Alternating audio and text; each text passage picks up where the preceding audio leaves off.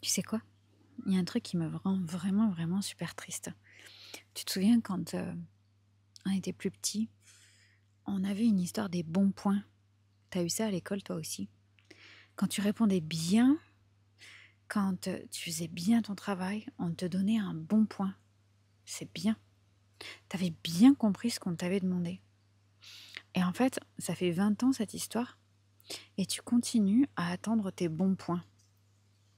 Tu vois ces trucs? Alors si tu l'as jamais vécu, tu comprends le concept. Si on ne se connaît pas encore, je m'appelle Laetitia, ça fait 12 ans que je suis entrepreneur, que je vis très largement de mon activité et que je suis là pour protéger la vérité. Alors toi et moi, on va se dire un truc aujourd'hui. Le truc qui est clair, c'est que c'est fini cette histoire des bons points. Déjà, c'était une supercherie. Déjà, à la base, c'était une supercherie, une hyper mauvaise idée. Mais en fait, tout ce que ça a créé à l'intérieur de toi, c'est la possibilité, voire même la nécessité d'être validé de l'extérieur. Que ton idée, que ta solution, que ce que tu penses, que ce que tu crois, que ce que tu aimerais, soit validé de l'extérieur. Et du coup, on t'a jamais appris à te valider à toi en premier. À toi en premier, en ayant vraiment rien à foutre de toute façon, ni d'avoir un bon point, ni d'être le ou la bonne élève. J'ai enregistré tout un épisode de podcast sur le syndrome de la bonne élève ou du bon élève. Si tu l'as pas encore écouté, fais-moi le plaisir de m'envoyer un message avec écrit bon élève. Je t'enverrai le lien, ou bien si t'es grand ou si t'es grande, tu vas directement le chercher. Et il faut absolument que tu l'écoutes.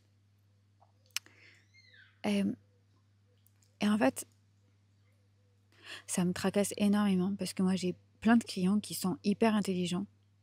Et plus les gens sont intelligents, plus en fait, ils ont eu de validation extérieure quand ils étaient plus jeunes. Et donc, à l'âge adulte maintenant, ils attendent la validation extérieure et elle ne vient jamais parce qu'en fait, maintenant, on est des adultes. Et quand tu deviens adulte, tu n'as plus de bons points et tu n'es plus validé par l'extérieur. Et donc, tu sais plus comment faire parce que tu sais plus comment te valider à toi. Alors, attends. Je vais m'asseoir. On va faire un truc. On va s'asseoir et on va discuter de ce sujet. Parce qu'en fait, j'en ai trop marre. J'en ai trop marre parce que c'est hyper dangereux, cette histoire. Cette histoire du bon point, je vais te dire comment tu fais. C'est-à-dire que tu as une super idée, tu lances une offre et puis ça marche pas, virgule, comme tu veux, sauf que tu oublies de finir ta phrase et donc tu dis ça marche pas au lieu de dire ça marche pas comme je veux. Et ça, c'est déjà très important. Et, et du coup, tu te dis ouais, ben alors ça veut dire que. Et tu fais une conclusion. Et tu oublies juste un truc en fait. Tu oublies de te demander ce que toi t'en pensais. Tu oublies de trouver que en fait c'était génial.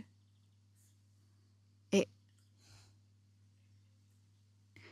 pourquoi on fait ça?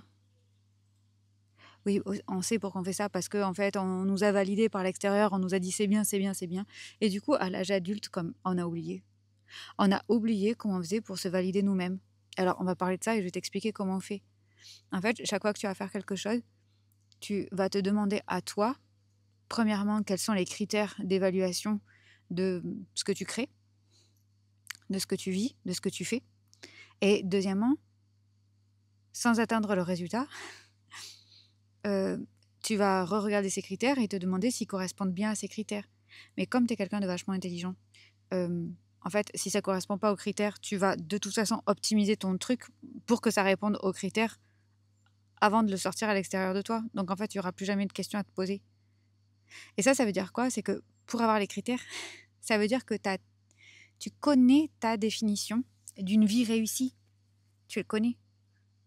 Parce que si tu les connais pas, tu peux pas avoir de critères. Et si tu n'as pas de critères, tu peux pas évaluer, tu peux pas auto-évaluer. Et du coup, tu peux pas valider par toi-même. Moi, par exemple, je vais te donner un truc. Moi, j'ai un cerveau délicieux. Et comme j'ai un cerveau délicieux, en fait, j'ai plein d'idées. Plein. 10, 20, 300, 500, 2000 à la seconde. Donc, j'ai pas un problème de création d'idées, si tu veux. Je suis une idée, en fait, tu vois. Donc, j'ai pas de problème avec ça. Mon problème, ça va pouvoir être de choisir quelles idées je veux aller explorer. Parce que si moi j'ai plein d'idées, elles sont pas que pour moi, elles sont pour d'autres. Notamment, j'ai plein d'idées qui sont pas pour moi, mais qui sont pour mes clients. Je m'en fous qu'elles soient pour moi, en fait. Moi, je reçois les idées et que ces idées, elles soient réalisées par moi ou par quelqu'un d'autre, on s'en fout, tu vois. Donc, si tu as plein d'idées, c'est pas forcément à toi de les faire. Et, et du coup, après, je me dis, ok, cette idée, elle me dit beaucoup. Est-ce que ça correspond à mes critères d'une vie réussie? Est-ce que moi, si je faisais ça, ça participerait à l'œuvre que je suis en train d'écrire? Et l'œuvre, c'est ma vie. C'est juste ma vie. Désolée, j'ai l'air fatiguée sur cette vidéo parce que juste, je suis fatiguée. J'avais un rendez-vous aujourd'hui. Et alors moi, quand j'ai un rendez-vous dans la journée, Et quand j'ai un seul rendez-vous, en fait, je suis incapable d'organiser correctement ma journée. Cerveau délicieux, bonjour. Et donc, ce que je veux te dire par là, c'est que, en fait, on n'aura jamais de médaille. Il y a pas un type qui nous attend et qui va nous dire bravo d'avoir suivi ton intuition, bravo d'avoir écouté à l'intérieur de toi cet appel trop fort qui ne faisait aucun sens, qui était complètement illogique, mais que tu as suivi et qui t'a rapporté ça et qui t'a permis de comprendre ça et qui t'a permis de vivre ça.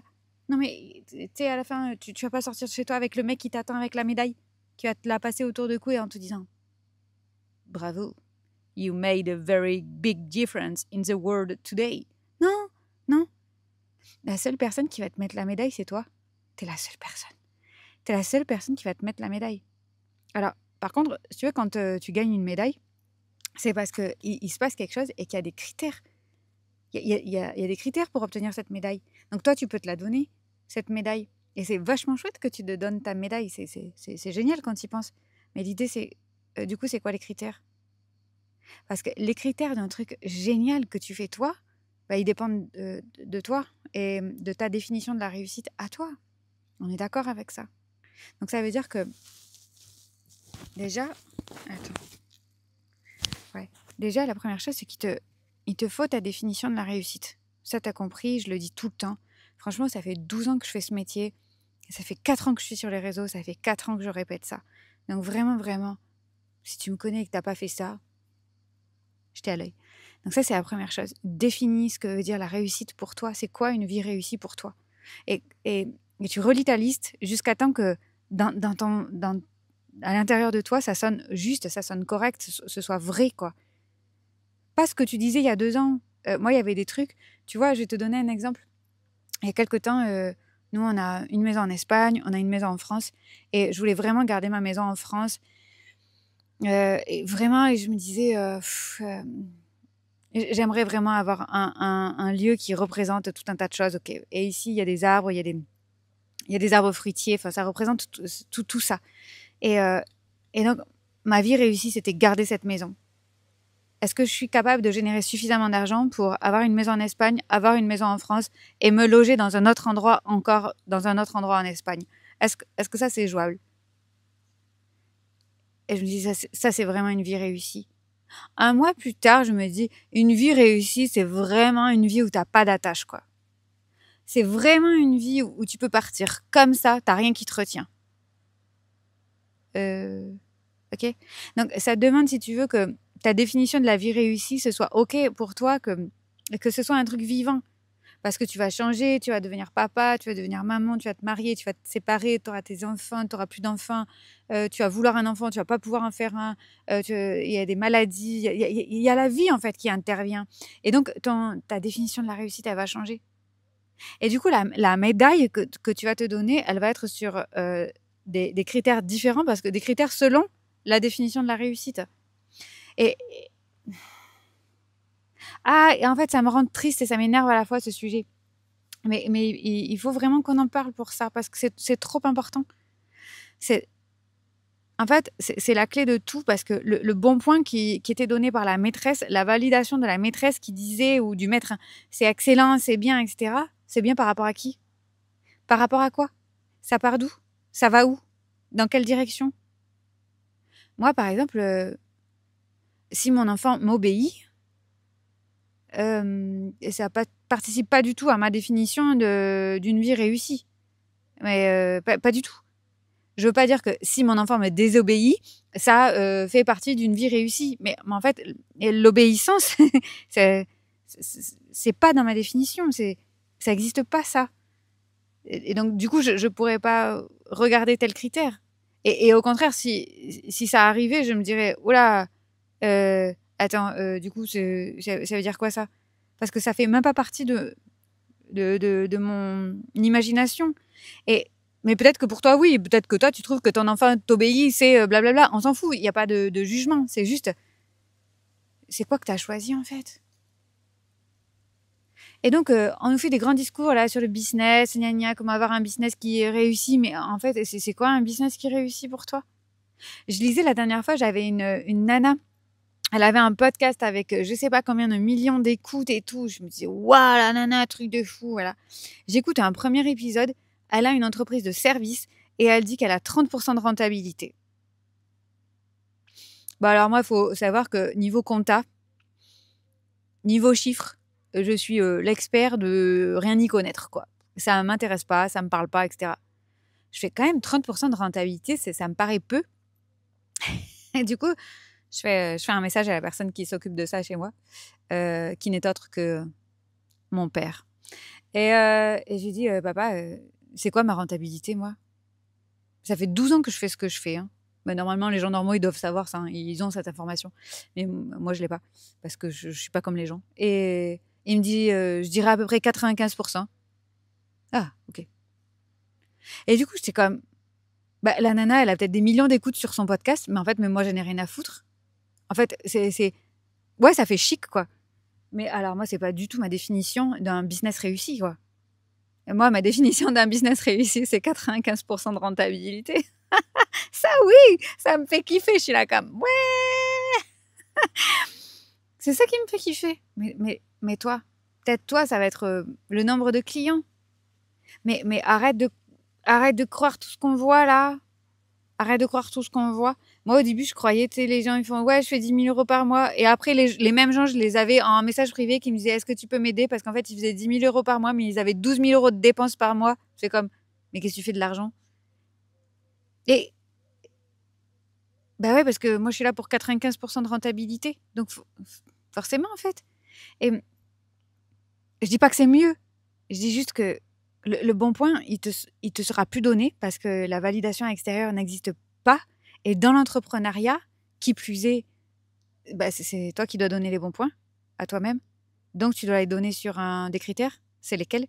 Et ces critères, ils sont basés sur quelle définition de la réussite? Moi, par exemple, j'avais un client, il avait une entreprise qui faisait plusieurs millions. Et lui, l'un de ses critères, c'était le temps de travail que ses salariés, le temps de travail qu'il pouvait payer ses salariés à faire du bénévolat dans les associations.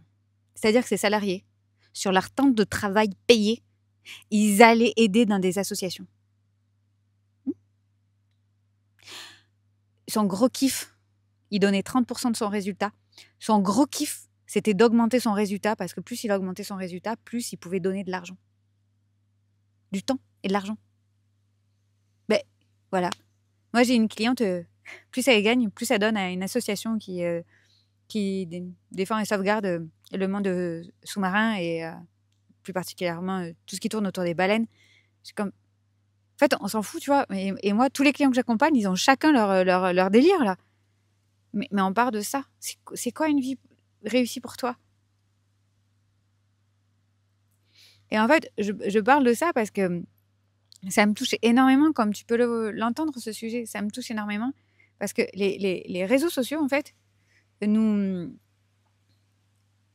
placardent des exemples de la vie réussie supposée des autres, mais on regarde la vie supposée réussie des autres avec nos critères sans en avoir conscience. C'est-à-dire que je vais regarder quelqu'un en me disant « Ah ouais, du coup, cette personne a fait ça ». Mais en ayant l'impression, en l'analysant à partir de mes filtres à moi, de ma vision à moi. Ben, qu'est-ce qui nous dit qu'en fait, ça, elle trouve ça réussi? Ou peut-être qu'en fait, elle te sort ou il te sort des exemples d'une vie réussie selon le modèle de la société. Et ce sont les mêmes gens qui changent les critères en fonction de l'évolution de la société. Alors, ça me paraîtrait bien gros quand même que ce soit des gens dont le modèle de réussite évolue exactement en même temps que le modèle de société. Et j'ai envie de te dire un truc, le modèle de société, il existe comme il est parce qu'on y participe ou pas. Et je me tue, franchement, je me tue à le dire, quoi. Je me tue à le dire depuis des mois, des années. Moi, je suis là pour créer, avec les gens avec qui je travaille, des nouveaux modèles de réussite. Et je peux le dire, des modèles de réussite, j'avais une antenne. C'était pour mieux capter les informations. Les nouveaux modèles de réussite, je peux te dire que moi qui travaille avec des gens très différents, il y en a tellement. Il y en a tellement de différents. Mais on a besoin de les exposer au grand jour. Alors, il se dit, je ne sais pas si tu connais cette théorie, que les hommes, ils sont intéressés par uniquement par 4 types de résultats différents. L'argent, la sexualité, la santé,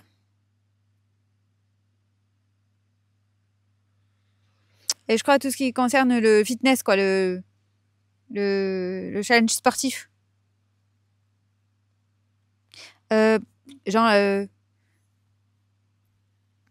L'auto-validation, supposément, ça fait pas partie des critères. Alors que moi, je peux te dire, les gens que j'accompagne, quand ils arrivent avec un supposé objectif.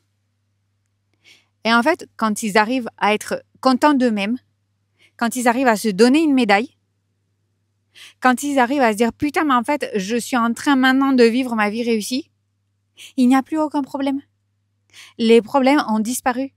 Les problèmes qu'ils essayaient de résoudre ont disparu de fait. Non pas parce qu'ils ont trouvé les bonnes solutions, mais parce que le problème n'existe plus à partir du moment où tu vis ta propre vie réussie avec tes critères à toi. Ah, que ça m'énerve. Ah, voilà. Donc, on va faire un truc, toi et moi. Un truc simple, efficace, comme d'habitude. Première chose. Si ton sujet, tu veux qu'on travaille ensemble, tu me fais un message en privé. Tu m'écris les affranchis dedans. Je saurai. C'est un peu notre mot de passe. On va voir comment on va travailler. Tu m'expliques où tu en es, où tu vas, et on voit comment on peut travailler ensemble. La deuxième chose, ou la première, ça dépend du sens dans lequel tu vois les choses, c'est que moi, je pensais que ce discours-là, j'étais seule à l'avoir. Et donc, pendant longtemps, j'avais pas une plateforme d'expression. Et en fait, j'ai décidé de réunir tous les gens qui pensaient comme ça. Parce qu'au bout d'un moment, je me suis dit, je suis pas seule. On est au moins 2 ou 3. Puis en fait, on a été 2, 3, 5. Puis au bout d'un moment, on était 5. Et je fais comme, ah, mais on est plus que 5 en fait. On est peut-être 6. Aujourd'hui, sur la liste, vous avez été 1007 à vous inscrire. 1007. En à peine quelques mois. Donc, on n'est pas 2, on n'est pas 5. On est au moins 1007. Et si on est 1007, t'imagines le nombre qu'on est? Cette liste, elle s'appelle aussi Les Affranchis. Tout est dans le nom. Je vais mettre le lien en dessous. Tu vas t'inscrire, tu vas nous rejoindre. Et tu sauras que tu n'es pas seul à avoir envie de ce type de discussion et ce type de vérité. Et pour conclure, comme les bons points, on sait qu'ils n'arrivent plus. Comme on n'attend plus de toi que tu sois un bon élève ou une bonne élève. On n'attend plus ça de toi. Tes enfants, la génération suivante, les gens qui te regardent, qui tu seras quand tu auras 80 ans, personne de ça n'attend que tu sois un bon ou une bonne élève. Personne. On attend de toi que tu sois heureux. On attend de toi que tu sois heureuse. C'est ça qu'on veut.